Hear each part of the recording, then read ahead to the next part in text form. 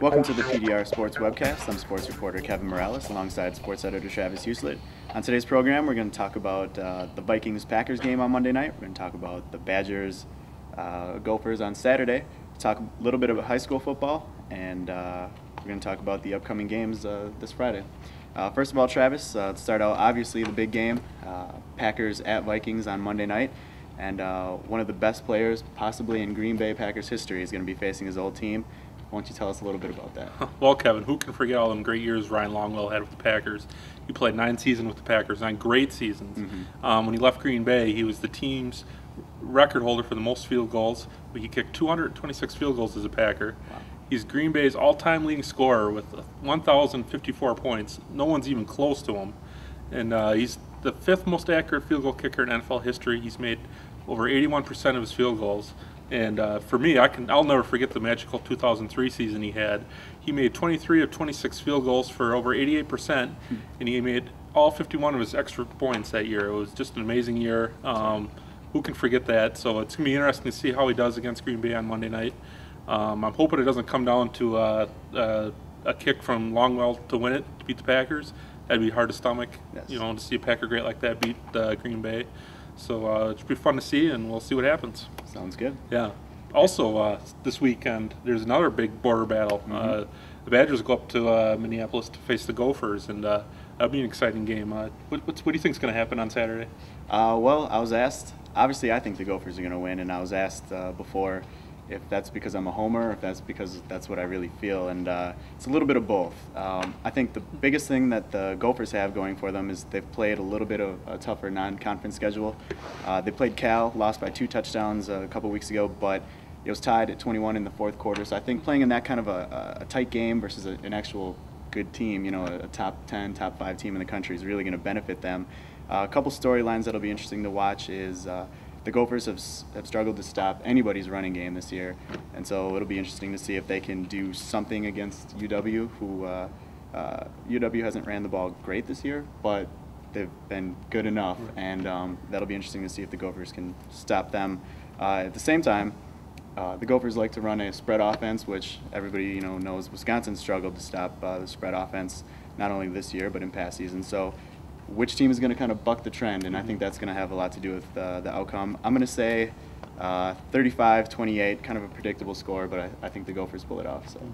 Well, the thing that scares me about the game going in is the Badgers have not been on the road yet. I think normally you would like to play a non-conference game on the road just to kind of, work out all the kinks of that come along with playing on the road.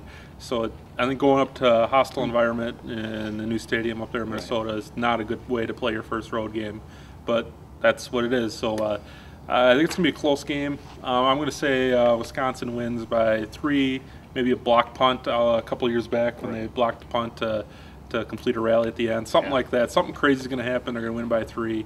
I'll say 31-28. Worst game ever. I wept after that game. Literally, I wept. I thought it was pretty cool. Yeah, the best thing, though, about maybe the game on Saturday, nobody's going to be at the Metrodome. There's no Metrodome involved, so everybody's a winner as far as I'm concerned. Good point. Moving on, the Badgers for the first time this season received votes in the AP and the USA Today coaches poll. Travis, do they deserve to be in the polls? I want to put them there. Look at their wins so far. They've, like I said, all 4 games at home. They even beat a Wolford team that's not really even a Division I big time school. So for that reason, I want to put them there. They're looking like they could be close. They looked good against Michigan State. So right now, no. After they beat the Gophers, they're in. Sure, I agree. You can't expect to be voted in the polls unless you play an actual tough non-conference schedule.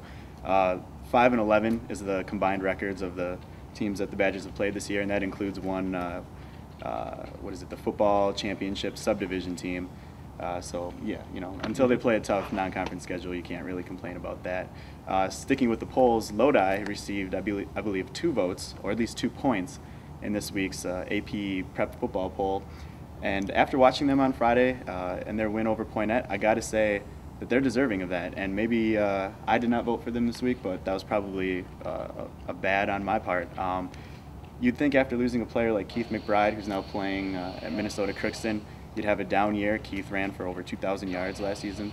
But they've got a pair of running backs who looked really good and have put up pretty good numbers this season.